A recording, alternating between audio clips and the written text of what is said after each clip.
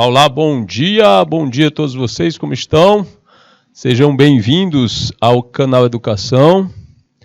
Nós estamos aqui com a nossa aula de arte, professor Adeildo Alves.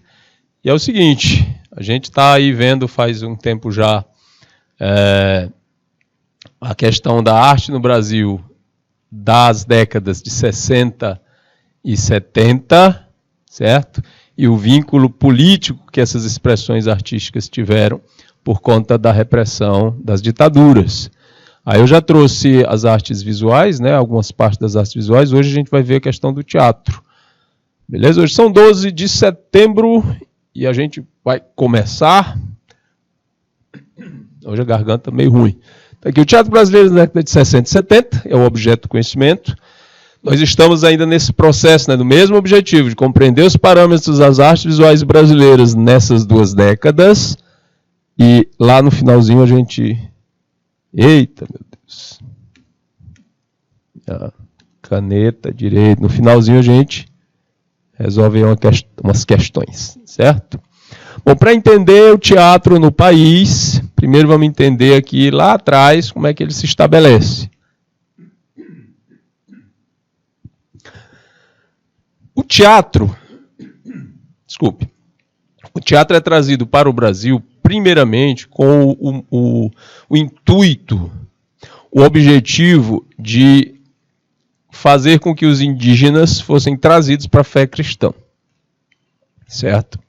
Então estavam aqui para fazer isso. Mas foi somente, bom dia Adriana, foi somente na segunda metade do século XVIII que as peças teatrais passam a ser apresentadas com uma certa frequência no Brasil. Antes era para catequizar, tinha uma característica toda didática, não é, para ensinar a cristandade para os não cristãos, incluindo aí boa parte dos indígenas.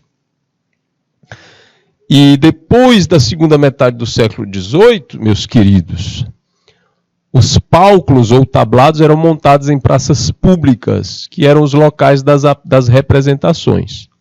Não tinha ainda prédios específicos, como o Teatro 4 de Setembro, que tem aqui em Teresina, como o Teatro Amazonas, que tem em Manaus, como o Teatro José de Alencar, que tem em Fortaleza. Não tinha os teatros, os prédios específicos, certo? Então, o que acontece? As igrejas e, por vezes, o palácio de um ou outro governante também servia de espaço para as apresentações teatrais.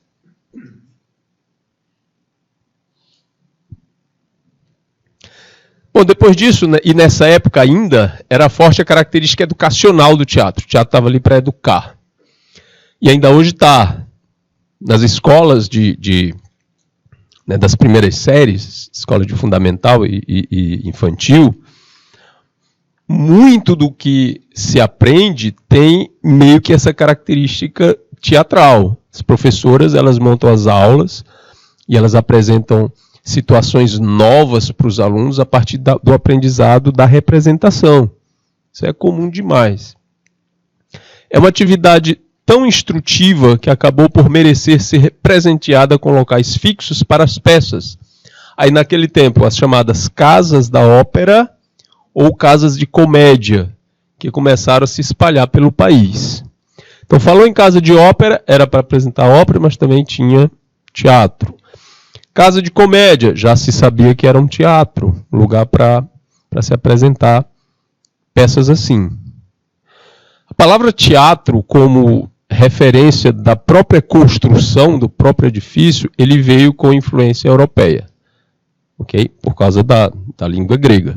Teatron, lugar que se vai para se ver alguma coisa. Em 1937, aliás, de 37 a 45, tem a ditadura, né, de Getúlio Vargas. Vocês estavam falando dele na aula passada, né? Nessa época, aí entre 37 e 45, a ditadura procura silenciar o teatro. Gente, por quê? Por que esses governos ditatoriais procuram sempre... A primeira vítima são as artes. Poxa, isso é óbvio. Onde é que a gente tem espaço de liberdade para falar sobre o que a gente quer, do jeito que a gente quer, sem limite criativo? Nas artes, na música, na pintura, na escultura, no teatro principalmente, que é um lugar de fala. Ipsiliter é um lugar de fala, você vai para falar, para interpretar através da voz, certo? Alguma coisa. Aí o teatro começa a ser silenciado nesse período de 37 a 45, né? Porque se é um lugar que é livre de pensamento e de expressão, esse lugar poderá servir de palco para críticas a um governo que pode estar acertando ou pode estar pisando na bola também, certo? Mas mesmo proibindo, mesmo silenciando a voz teatral, essa ideologia populista, que é característico de governos ditatoriais, eles mantêm viva essa atividade através do teatro de revista. Pronto, continua tendo teatro, mas só vai ser tratado questões, certo, que não tem um cunho político, que não vai falar da organização de política do país, que não vai criticar nem nada, certo? Então, vamos tratar de coisas do dia a dia, de piadas, de contos místicos, de um drama comum. Aí é que ele vai chamar de teatro de revista. E se tiver um apelo um pouco mais voltado para o público adulto, melhor ainda. Isso no pensamento daquela época. Bom, surgem as primeiras companhias estáveis do país também nessa época. E nomes como Procópio Ferreira, Jaime Costa, Dulcina de Moraes, Odilon Azevedo, Eva Todor, entre outros, despontam no cenário artístico teatral brasileiro. E aí começa a surgir uma nova ideologia, juntamente com um dos maiores patrimônios do teatro brasileiro. O Oswald de Andrade, que escreve O Rei da Vela em 33, O Homem e o Cavalo em 34 e A Morta em 1937, vai enfrentar, desinibido e corajoso, a sufocante ditadura de Getúlio Vargas. Ficou bem poético, né? Ficou bonito. Desinibido e corajoso. Mas é isso mesmo. Sem vergonha e sem medo, o Oswald de Andrade apresenta montagens que vão ter, dentro da sua concepção textual e, lógico, né, para a interpretação, críticas diretas à sociedade, como ela se organiza, e ao meio político. Ele faz isso com O Rei da Vela, em 1933. Essa peça não é montada em 33, nem vai ser montada em 34, nem em 43. Essa peça só vai ser montada em 1968, no meio de outra ditadura. E ainda assim, ela vai ser atual, por causa da forma como a crítica é construída para essa peça. E por que essa é uma nova ideologia que está surgindo? O Oswald de Andrade, ele traz aquelas inovações que a gente já viu, né, na Semana de 22. Ele é um nome forte da organização da Semana de Arte Moderna de 22. O que a Semana de Arte Moderna de 22 queria? Trazer para a sociedade brasileira uma arte, uma produção artística nacional, com a nossa cara, do nosso jeito. Porque o que a gente tinha, e o que a gente tem muito forte ainda hoje, são referências europeias. Muito tradicionais. Em tudo, no jeito de falar, na música, na forma de interpretar, na arquitetura, na pintura, na decoração, na construção das casas. Tudo era europeu. Ah, mas o colonizador era europeu, não tinha como ser diferente. Claro que não tinha como ser diferente. Mas também não tinha como ser diferente essa busca por uma identidade nacional. Não é verdade? E aí o Oswald chega com esse processo. E o interessante é notar que a semente jogada lá, né, plantada em 22, não foi só na arte plástica. A gente fala de arte moderna de 22, geralmente a gente vai mostrar pintores, né, escultores, Vitor Brecheret, Tarsila do Amaral, Anita Malfatti.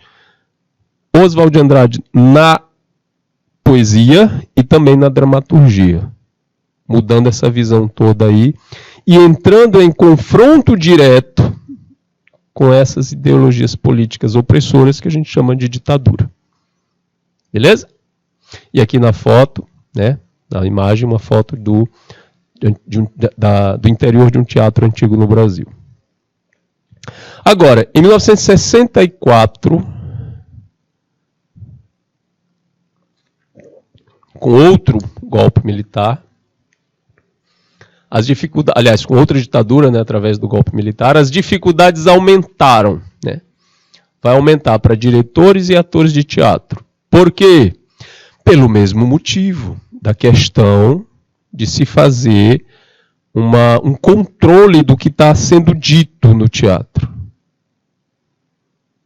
Uma coisa é você controlar a televisão, é fácil, é bem mais fácil. Controlar uma exposição de pintura. Outra coisa é você estar aqui, você controla o texto passa pela censura do teatro, né?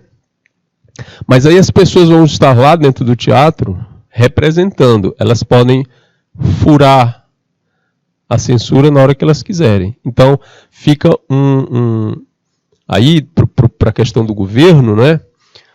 Uma fiscalização mais de perto.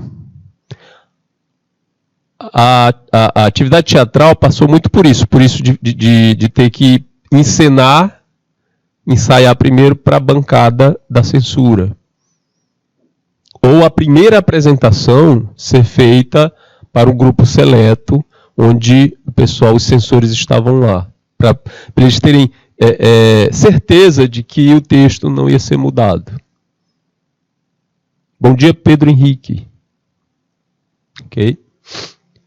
Bom, as dificuldades aumentam para eles, a censura chega avassaladora, fazendo com que muitos artistas tenham de abandonar os palcos e exilar-se em outros países.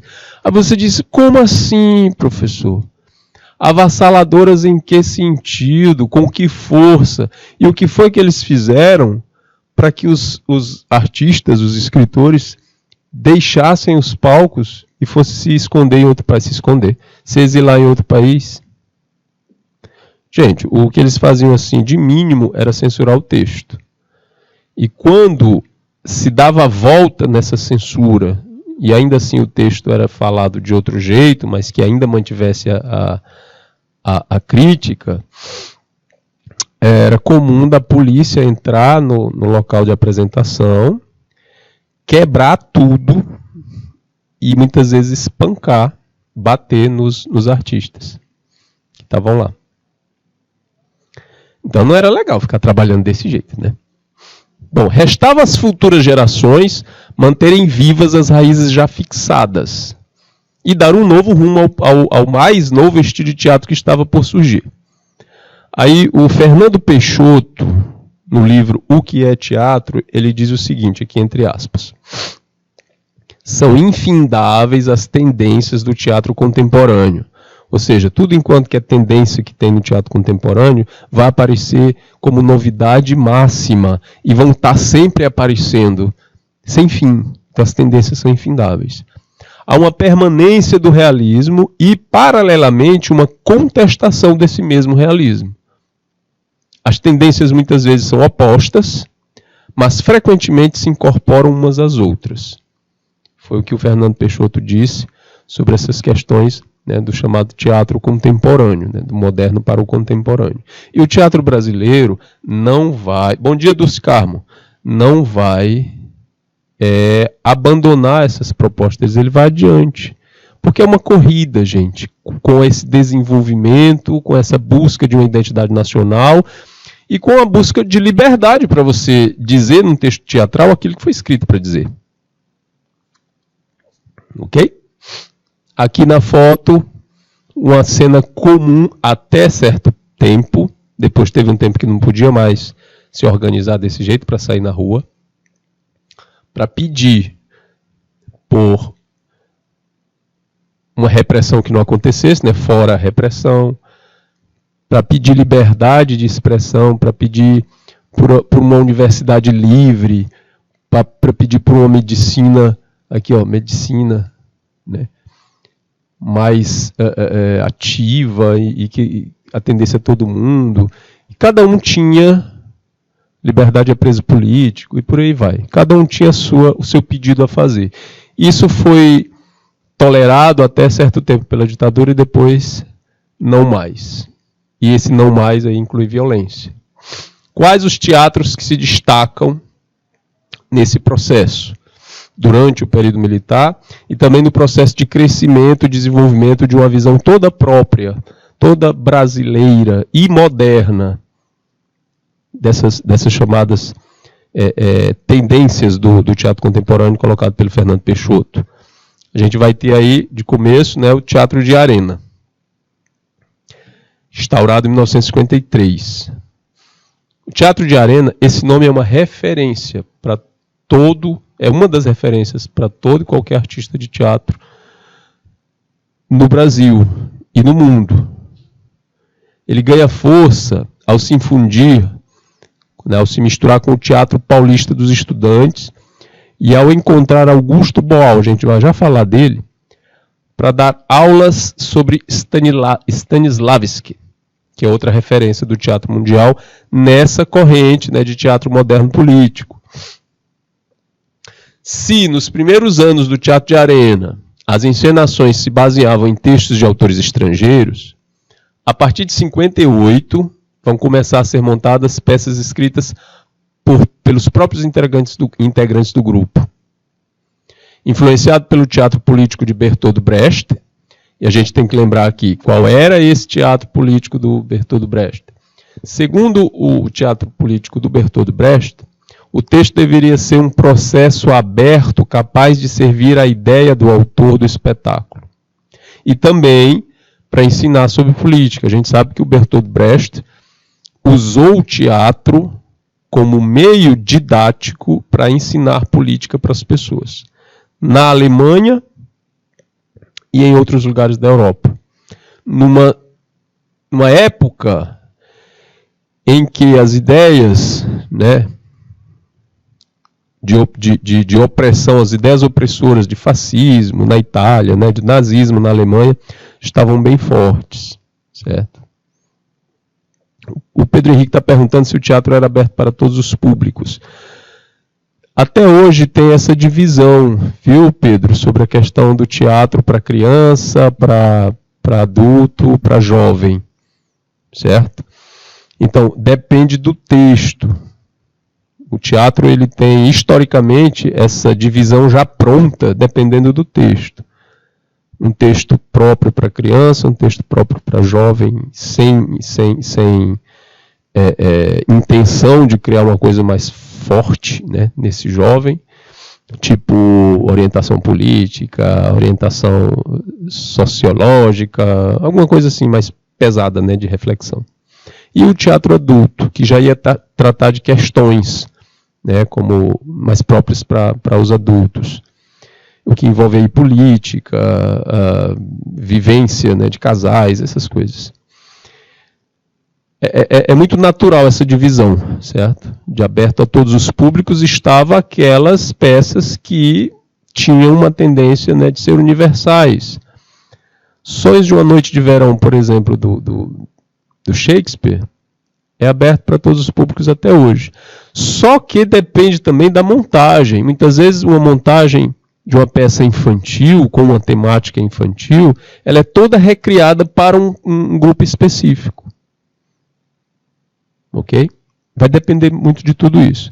Mas, no geral, o teatro era para o povo ver na praça, no começo. Com o Teatro de Arena, o Teatro Oficina, que a gente vai falar dele também, com a questão da imposição das ditaduras sobre a forma de criar e falar, aí o teatro vai se tornando, vai tomando, né, uma característica também mais política, mais reflexiva, e vai tratar de coisas que público infantil, por exemplo, não vai achar legal ver. Certo? Aí quem vai dizer o que vai ser visto também vai ser a censura. Vamos lá então.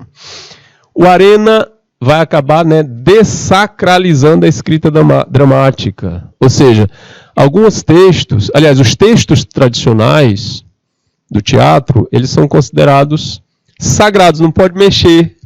Ah, esse texto não pode mexer, esse jeito não pode. Aí vem o Arena e mexe. Então ele dessacraliza. Ele tira, deixa de bobagem, vamos dar esse texto aqui, vamos mudar ele. Vai ser assim, assim, assado, vamos tratar disso aqui de forma que a gente possa criar uma reflexão. E pronto, e está tudo bem. No início da década de 60, o José Renato, que tinha dirigido as primeiras produções, né, do Teatro de Arena, deixou o Teatro de Arena para dirigir o Teatro Nacional de Comédia. Aí o Augusto Boal e o Gianfrancesco Garnieri, à frente do grupo no momento do golpe militar, precisaram elaborar uma estratégia para enfrentar a censura, já que as peças realistas que o grupo costumava montar haviam sido proibidas. Então o que acontece? Tem o José Renato, que estava no Teatro de Arena, aí ele deixa o Teatro de Arena para ir dirigir outro teatro, o Teatro Nacional de Comédia. Aí ficam no Teatro de Arena Augusto Boal e Gianfrancesco Garnieri. E aí vem o golpe militar. E aí todas as peças, né, realistas do grupo são proibidas, porque elas têm um cunho propício para a criação de reflexão, essas coisas que a opressão não quer, né? Criar espírito crítico nas pessoas. Aí eles começam a bolar estratégias para poder enfrentar a censura. Eles não elaboram estratégias só para desviar da censura, mas também para enfrentar, para se colocar em contraponto e tentar fazer a coisa funcionar, tentar fazer com que as peças cheguem a algum lugar. Um outro teatro que dá ênfase a esse tipo de atitude é o teatro oficina.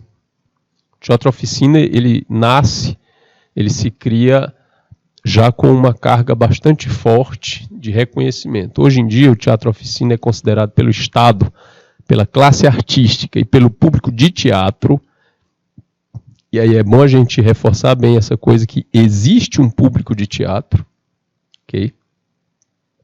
Que normalmente não são as grandes massas, e aí a gente para assim para entender, tentar entender um pouco por que a ditadura, as ditaduras, né, perseguiram tanto o teatro, se o teatro não era uma coisa, não uma linguagem que chegava para todo mundo.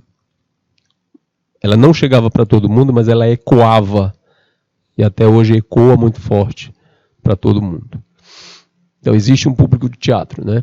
Esse povo, junto com a classe artística e o Estado, né, eles consideram o teatro oficina como um patrimônio cultural brasileiro, por causa da sua capacidade de autotransformação e resistência às constantes mudanças socioculturais e políticas desse país, e dessa forma contribuindo para a sociedade mais justa, para uma sociedade mais justa.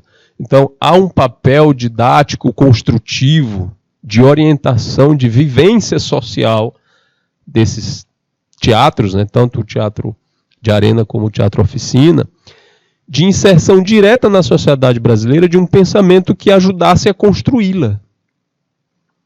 E o teatro oficina muito mais nesse processo. Daí a ser considerado por várias instâncias como um patrimônio cultural brasileiro. Okay? Foi em São Paulo, na Faculdade de Direito do Largo de São Francisco, que o Grupo Oficina se organizou, em 1958, para começar a trilhar um caminho de fomento às artes de uma forma geral, pois em sua trajetória até os dias atuais possui em seu vasto currículo trabalhos de teatro, cinema, televisão, música, cursos, seminários, debates, festas, comerciais, jornais, livros, comícios e passeatas. Por que isso? Para que isso tudo? Teatro oficina. Porque eles não viam apenas no teatro, né, um meio para criar um pensamento político interessante na cabeça das pessoas, para criar criticidade. Eles iam atrás de outros ramos. Então, tudo isso aí que vocês viram, cinema, teatro, televisão, música, cursos, seminários, debate, isso aqui era muito importante, né? Debate, tem gente até hoje que não sabe o que é debate. O debate é quando as duas ou as mais partes, elas estão construindo reflexão sobre um ponto que está sendo colocado. Muita gente entende debate como uma discussão onde um tem que fazer o máximo possível que o outro cale a boca dele porque ele está com razão. Mas isso não é debate. Então faziam festas, faziam comerciais, jornais, livros, comícios e passeatas para fazer com que as pessoas tivessem, para fazer com que as suas ideias, né, tivessem um alcance maior até as pessoas. E aqui na foto a gente percebe como o teatro, fisicamente, o teatro oficina era organizado. Esqueçam aquele palco tradicional chamado palco italiano, onde você fica na frente e o público fica na sua frente, né, na frente do palco. Você fica sobre o palco e o público na sua frente. Aqui o teatro oficina vai trazer um corredor onde o espaço vai acontecer e o público fica sentado nas laterais, nesses estágios aqui, nesses paredões. Isso já é uma concepção inovadora de apresentação teatral, feita pelo Teatro Oficina e imitada no mundo todo. Então, assim, quando a gente fala de arte brasileira, realmente brasileira, com a nossa cara, do nosso jeito, a nossa maneira de fazer, nós vamos ser quase que senhores absolutos da modernidade. A arte moderna, embora toda a nossa arte moderna seja influenciada pela arte moderna europeia, o europeu, o moderno europeu, ele bebeu muito nas fontes asiáticas e africanas. Nós vamos usar como referência essa inovação modernista europeia para criar uma coisa nossa. Então tudo que é brasileiro, que é artístico brasileiro, ele tem muito essa cara de modernidade, de inovação, né, de inventividade. É um ponto onde a gente chegou e se estabeleceu. Não, isso aqui é a nossa cara. Nós somos modernistas. Nós somos, né, influenciadores de uma coisa diferente. Certo? Algumas pessoas vão... Aliás, muitas pessoas vão se destacar nesse processo de construção de uma identidade nacional através do teatro. Mas eu trouxe 3 nomes que a gente vai discutir aqui, né, que a gente vai apresentar para vocês, que são importantíssimos. Tá? Cacilda Becker, Augusto Boal e Nelson Rodrigues. Vamos começar com a Cacildinha. Cacilda Becker, parece que está linda nessa foto, né?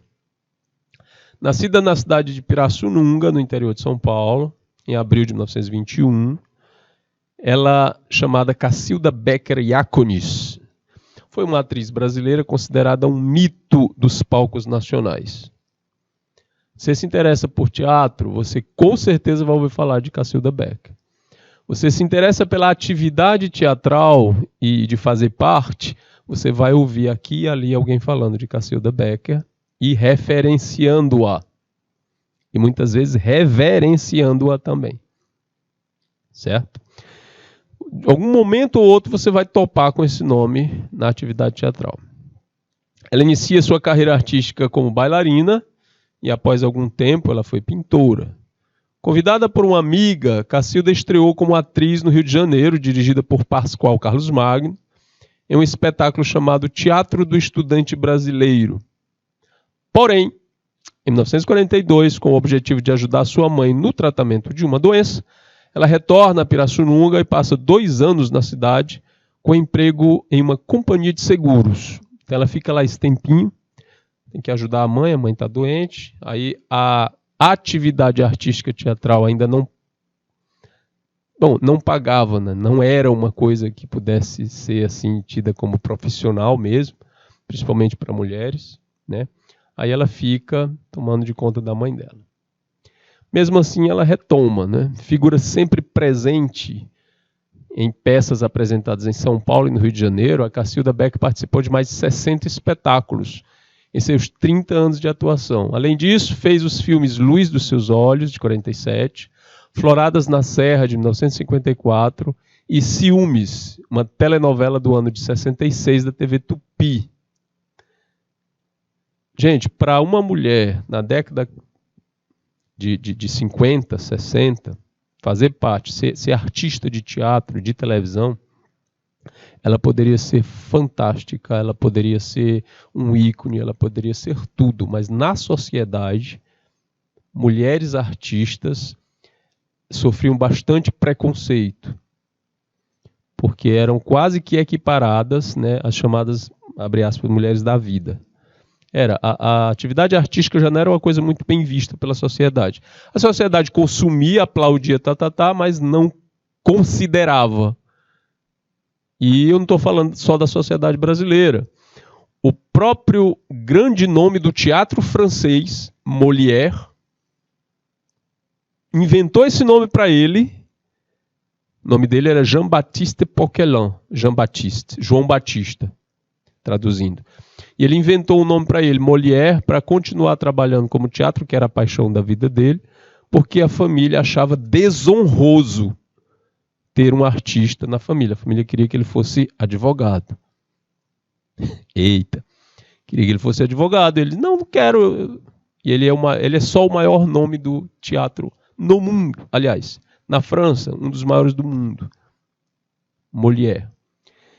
E aqui no Brasil também tinha essa visão. E mulher, ainda mais. Sofria ainda mais preconceito por ser artista. Mesmo assim, ela consegue. Com a peça Esperando Godot, a Cacilda participou da inauguração do Teatro Municipal de São Carlos em 1969. Então ela apresenta essa peça. Essa peça ela só tem 2 personagens.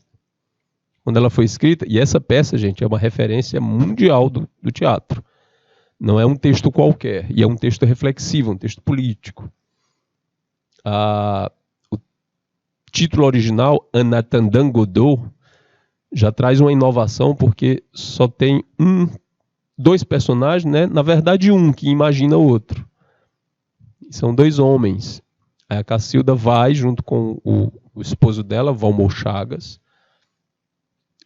vai interpretar essa peça. Elas fazendo um personagem masculino. A morte de Cacilda Becker ocorreu enquanto ela apresentava a peça Esperando Godot, contracenando com seu marido Valmor Chagas, na capital de São Paulo. No dia 6 de maio de 69. Ela teve um derrame cerebral, né, e foi encaminhada ao hospital ainda com o figurino do personagem que ela representava. Ficou em coma por 38 dias, acabou falecendo e foi sepultada no cemitério Araçá, sob o olhar de uma multidão de fãs, amigos e familiares.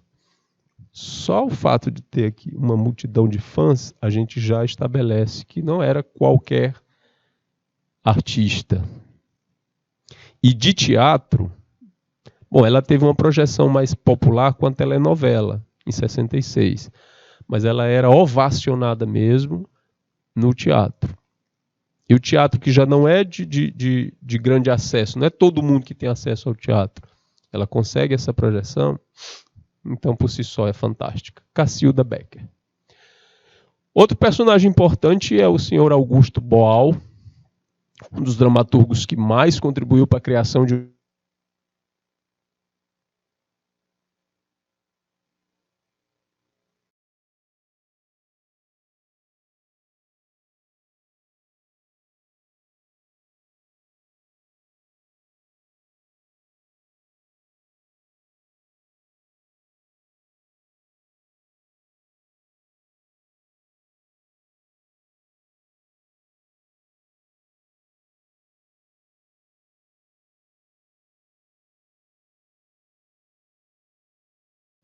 tá? Não é que ele tinha fundado um teatro com esse nome, Teatro do Oprimido, não. É uma técnica teatral que vai tornar o Boal uma referência.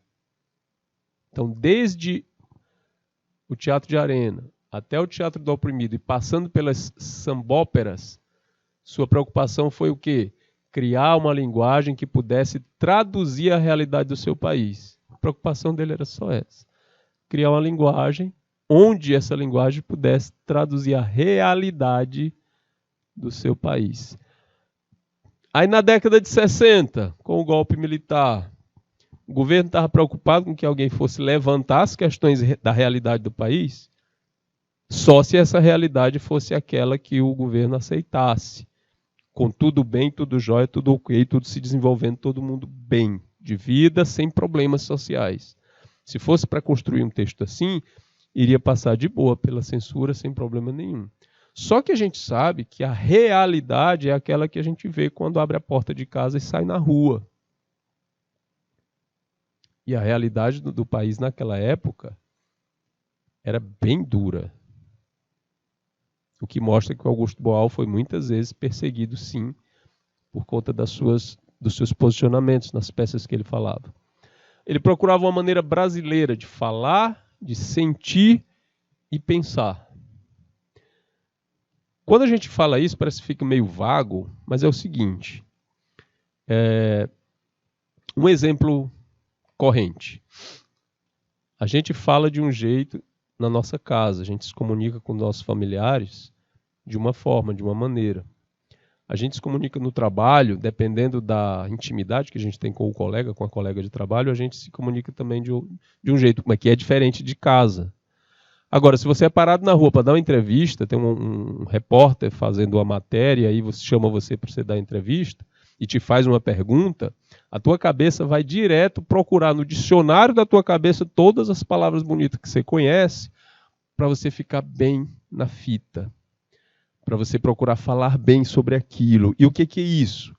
É só a preocupação que a gente tem de estar dentro de um contexto que é aquele imposto como ideal na sociedade. Não é que a pessoa tenha que falar do jeito que fala em casa, ou falar, entre aspas, errado e tudo, não é isso. Mas há uma preocupação da gente atender essa proposta que é tradicional e que muitas vezes é imposta. Então, quando a gente fala aqui de procurar um jeito de falar, sentir e pensar do brasileiro, é diferente do jeito de sentir e pensar do europeu, do americano, e a gente muitas vezes se perde dentro do personagem norte-americano por causa da influência das mídias, né, desse país aqui no nosso Brasil, e por aí vai. Essa preocupação dele imprime ao seu trabalho uma dimensão política e social, concebendo o teatro como instrumento de transformação alicerçada na temática e na linguagem. Todos os passos percorridos por Boal foram marcados pelo seu espírito investigativo e sua preocupação política. Ou seja, o teatro como resposta às questões sociais, o teatro como meio de analisar conflitos e apresentar alternativas.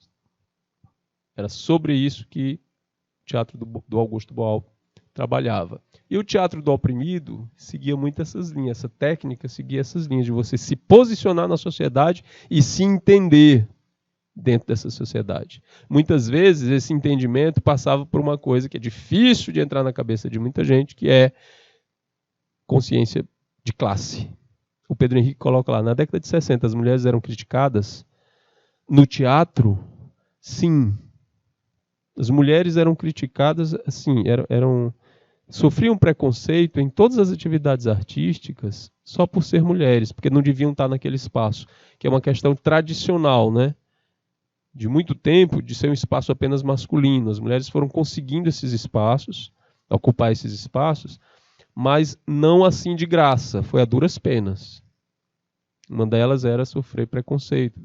Ah, se essa mulher está aqui, ela devia estar em casa, cuidando do marido, ela devia estar em casa, fazendo outra coisa, não é lugar para mulher. Se uma mulher está aqui é porque ela está querendo outra coisa. Enfim, acabavam avacalhando. Bom dia, Evelilson. O Boal é ator, ainda vou falar aqui do Nelson Rodrigues. O Boal, Augusto Boal, é autor de diversas obras literárias publicadas em vários idiomas e recebeu durante sua vida profissional um arsenal extraordinário de prêmios e honrarias, tendo em vista a multiplicidade e a diversidade das contribuições dadas por ele à cultura brasileira, bem como o caráter revolucionário de suas ações. Julgamos que o contato com a sua obra sempre servirá de estímulo para o aprofundamento das linhas de pesquisa por ele elaboradas e sugeridas. Então, se houver interesse da sua parte de se aprofundar nessa questão aqui, leia mais sobre Augusto Boal. Bom, numa breve linha do tempo aqui sobre ele, a gente vai falar de 64 a 65 aqui. Após 5 meses do golpe militar, o Boal dirige o Tartufo de Molière. Aí ele diz: ensaiei Tartufo enquanto se organizava o texto de opinião. Estreamos dia 2 de setembro de 64, evitando provocações no dia 7. Boal trabalhou na adaptação de O Processo de Kafka. Aí ele ainda diz: nada mais parecido com o Brasil naqueles dias tenebrosos. No Rio de Janeiro, em dezembro, estreia o show Opinião, um dos mais importantes musicais políticos da história do teatro brasileiro, que também sofreu perseguição. Em 65, o Arena, Arena Conta Zumbi estreia no dia 1º de maio. Teatro de Arena, né? Contando, aliás, Zumbi. É um texto dele e do Garnieri. Com Zumbi inicia-se a etapa dos musicais, que se caracterizou pela introdução de músicas brasileiras de importantes compositores. Nas palavras de Celso Frateschi, abre aspas, o cenário era um grande tapete vermelho e os autores usavam calça Lee, que era muito característico da classe média. Calça Lee, uma marca de jeans. Tá? Não mitificava em nenhum momento a ideia sobre a escravidão. Isso é o Brasil de hoje. Além disso, é em Zumbi que o sistema Coringa é experimentado, ou seja, o personagem é desempenhado por diversos atores de acordo com as circunstâncias. Nesse mesmo ano, dirige a Arena Canta Bahia e Tempo de Guerra. Em 67, estreia Arena Conta Tiradentes, escrita em parceria com Garnieri. Aquilo que nasceu com Zumbi ganha sistematização em Tiradentes para o estabelecimento de uma nova convenção teatral. Ao jogo em cena, apresenta-se um novo personagem, o Coringa, com a função de se opor ao protagonista. A função do protagonista é causar empatia no público. Ele é desempenhado em chave naturalista. Em Coriolano, por exemplo, pode ser um homem do povo. O Coringa é polivalente. Todas as possibilidades teatrais mágicas e oniscientes são a eles conferidas. Nessa nova convenção, regras dramáticas são propostas, a peça apresenta dedicatória, explicação, distribuição em episódios, comentários do coro, entrevistas e exortação. Aqui rapidinho falando da linha do tempo do Augusto Boal, transformador absoluto da estrutura do teatro brasileiro, nessa linha, né, de contestação acerca da política. Nelson Rodrigues. Tudo que o Nelson escreveu não tinha quase nada de tom político, mas sofreu censura por rasgar demais sobre a realidade da sociedade, principalmente carioca. Então vamos aqui. Foi um escritor, jornalista e dramaturgo brasileiro, revolucionou o teatro com as peças Vestido de Noiva, Boca de Ouro, A Falecida e Toda Nudez Será Castigada, entre outras. Teve a carreira marcada pela crítica ao explorar a vida cotidiana do subúrbio carioca, com crimes, incestos e diálogos carregados de tragédia e de humor. Nelson Falcão Rodrigues nasceu na cidade do Recife, em Pernambuco, 23 de agosto de 1912. Era o quinto de 14 filhos da dona Maria Esté e do Mário Rodrigues. Com 5 anos de idade, o Mário mudou-se com a mãe e os irmãos para o Rio de Janeiro, onde o pai foi tentar a vida como jornalista em 1915. Em 25, seu pai funda o jornal Amanhã, jornal fundado pelo pai dele, com o sócio Antônio Faustino Porto. Então, já torna aqui, de certa forma, né, fácil a carreira, né, escolher a carreira de jornalista do Nelson Rodrigues. E se você é jornalista, você tem um traquejo com a escrita. É claro, então, que a carreira de escritor vai seguir naturalmente essa sequência. Agora, se você é jornalista, escritor e tem uma visão bem sensível sobre a sociedade que você vive, é muito mais natural ainda que você se torne dramaturgo. E foi o que aconteceu com o Nelson Rodrigues. Como dramaturgo, o que foi que ele fez? Como jornalista e escritor, beleza, ele teve lá a vida dele, mas o que nos interessa aqui é o que ele fez como dramaturgo. Olha ele aqui do lado da Fernanda Montenegro, bem novinha. Nelson Rodrigues escreveu sua primeira peça, Mulher Sem Pecado, em 42, o que já era estrondoso, né, para aquela época. Apresentada no Teatro Carlos Gomes, do Rio de Janeiro, pelo Grupo Comédia Brasileira. Em 43, o Teatro Municipal do Rio de Janeiro torna-se o palco do surgimento do teatro brasileiro moderno, com a montagem de sua segunda peça, Vestido de Noiva, com os grupos dos comediantes e direção de Ziembinski. Esse teatro, gente, essa peça Vestido de Noiva, ela vem acompanhando uma transformação imensa das artes no Brasil em geral. E o teatro moderno brasileiro se inaugura com esse texto, Vestido de Noiva, do Nelson Rodrigues. Mas isso não é uma coisa que a gente vê assim a história, né? Analisa a história, lê sobre a história, e a gente tem a falsa impressão de que essas coisas vão acontecendo imediatas, ou seja, como se o Nelson soubesse que ele iria inaugurar o teatro moderno, ou como se o próprio Vestido de Noiva, né, todo mundo já entendesse que ali era um marco do teatro moderno nacional. Não, não era bem assim. Essas coisas são vistas depois. Quando elas são analisadas, a gente vê as características, o impacto, aí é que alguém chega e diz, não, isso aqui é um marco. Certo? Então, com o pseudônimo de Susana Flagg, ou Flegg, Nelson escreve Meu Destino é Pecar, de 1944, publicado como folhetim de 38 capítulos em um jornal e lançado como livro no mesmo ano. Folhetim é a característica do texto, lembra muito também a chamada telenovela.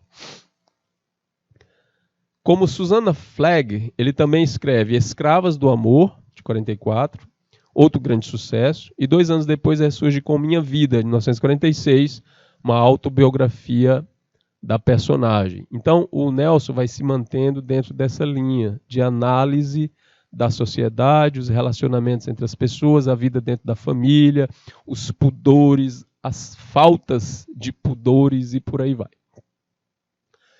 Em 46 ainda, ele escreve Álbum de Família, que trata de um incesto. Que essa obra é censurada e só liberada 20 anos depois, 2 décadas depois. Porque ele tocou num ponto extremamente tabu, até hoje é tabu, imagine 1946. E era essas coisas são características das mais escabrosas da sociedade que a gente muitas vezes finge não existir. E torna-se imensamente incômodo tratar sobre isso, certo? Então as peças dele vão abrir caminho para cutucar, né, falar sobre o elefante branco na sala. Em 1951, o jornalista Samuel Weiner fundou o jornal Última Hora, no qual muitos dos irmãos de Nelson Rodrigues trabalharam, incluindo as mulheres, e no qual Nelson publicou A Vida Como Ela É, uma série de crônicas escritas na coluna diária do jornal. A gente observa do Nelson essa tenacidade e essa preocupação de estar sempre olhando para a sociedade e falando sobre ela, sobre as pessoas. Ele não falava de mitologias, ele não falava de grandes personagens transformadores, mas do cidadão comum, do cidadão de bem, do cidadão de ruim, do cidadão do que fosse, mas ele olhava. E dentro da instituição criada pela sociedade, né, família, então família. Desde seu primeiro texto, Nelson Rodrigues foi considerado um imoral. Por quê? Porque ele ia cutucar coisas que eram consideradas tabu. Porém, moralista, porque ele tratava desses assuntos com crítica. Um gênio que escandalizava o público e a imprensa especializada diante de seus textos que giravam em torno de adultérios, de pecados e de escândalos. Sua peça Senhora dos Afogados, de 54, foi outra peça censurada e só liberada 7 anos depois. Então, os censores e a ditadura militar, para salvaguardar a imagem de família, que é a imagem tradicional, certo? Também foi atrás do Nelson Rodrigues por causa desses pontos. Beleza? Vamos à questão. Eu trouxe só uma? Não? 2. Olha eu entregando isso. Então, 2.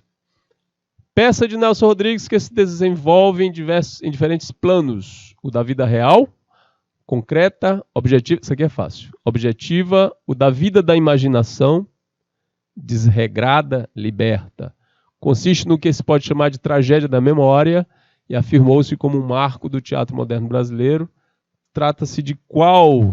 Na hora de passar aqui, eu até já mostrei para vocês, né? Ficou até cômico. Álbum de Família, A Falecida, Vestido de Noiva, Navalha na Carne, Beijo no Asfalto. Como eu já mostrei, está aqui. Vestido de Noiva dele é um marco enorme. Quando a gente fala de teatro moderno no Brasil, aí a gente tem como marco, né, como divisor de águas, Vestido de Noiva. Mas você já leu, você já viu, tem edições, né, romanceadas. Quando a gente fala romanceada, é porque o texto teatral é adaptado para um romance desse Vestido de Noiva.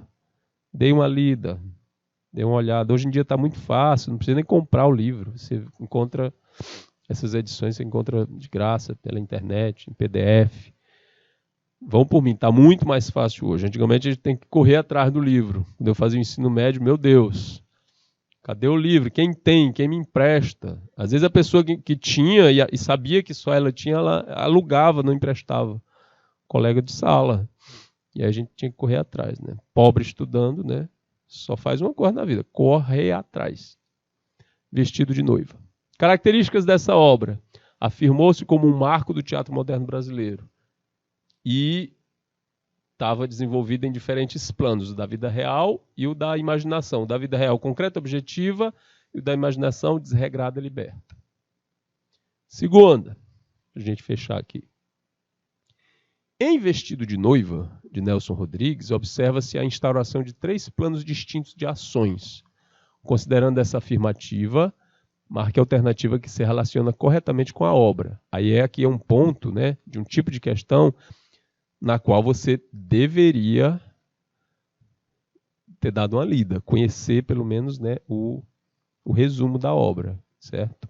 Ou alguma crítica sobre, ou uma análise, tá bom? Aí fica a dica para você responder esse tipo de questão, você ter ideia do que a obra trata, certo? E você não vai perder lendo não, viu? A gente só ganha. Então vamos lá, marque a alternativa que se relaciona corretamente com a obra. Letra A. Não há nenhuma relação evidente entre esses planos. Ela diz que observa-se 3 planos, né, distintos de ações. Ele diz que não há nenhuma relação evidente entre esses planos. Letra B. No plano da realidade, os conflitos familiares da protagonista são expostos.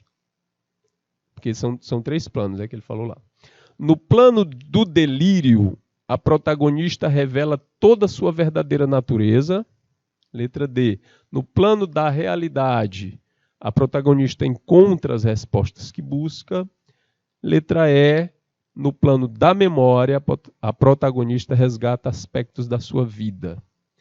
Aí aquela coisa, é necessário a gente, né, conhecer a obra, ler um pouco sobre ela, pelo menos um resumo, para ir atrás disso aí. Aqui eu estou trazendo para vocês para mostrar essas características de cara. O que acontece? Temos como correta a letra E.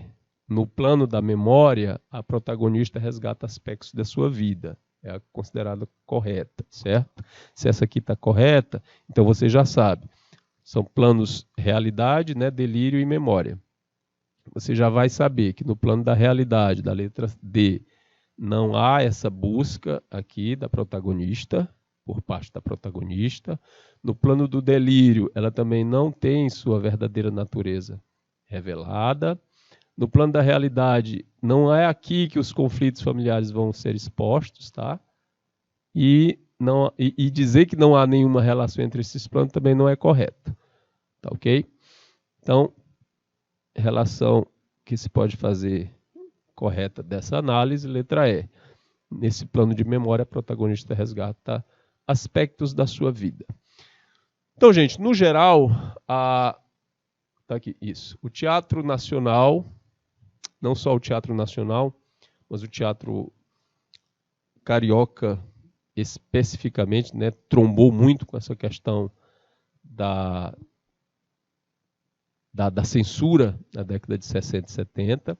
Então, trazendo aqui um recorte mais amplo, a gente vai ter, nas décadas de 60 e 70, a situação política caracterizada por um governo, né, de perseguição por conta da manutenção que esse governo tem das suas próprias visões e idealizações. Então, ele vai ser um governo ditatorial, ok? As artes vão sofrer por conta disso, porque eu já falei no início, elas são um espaço em que esse tipo de liberdade expressiva acontece mais. Então, as primeiras a sofrer nesse tipo de coisa, nesse tipo de situação política, é a história. Ela começa a ser questionada, né? Apesar de estar certa, ou de ser construída dentro de um norteamento correto, e a arte. E o nosso teatro vai, né, serzir um zigue-zague em torno dessa situação por causa da situação política que se instaurou. Ok? Bom, essa foi a nossa aula. Muito obrigado pela atenção de vocês. Um grande abraço, uma ótima semana e até a próxima segunda. Tchau, gente. Obrigado. Bom dia.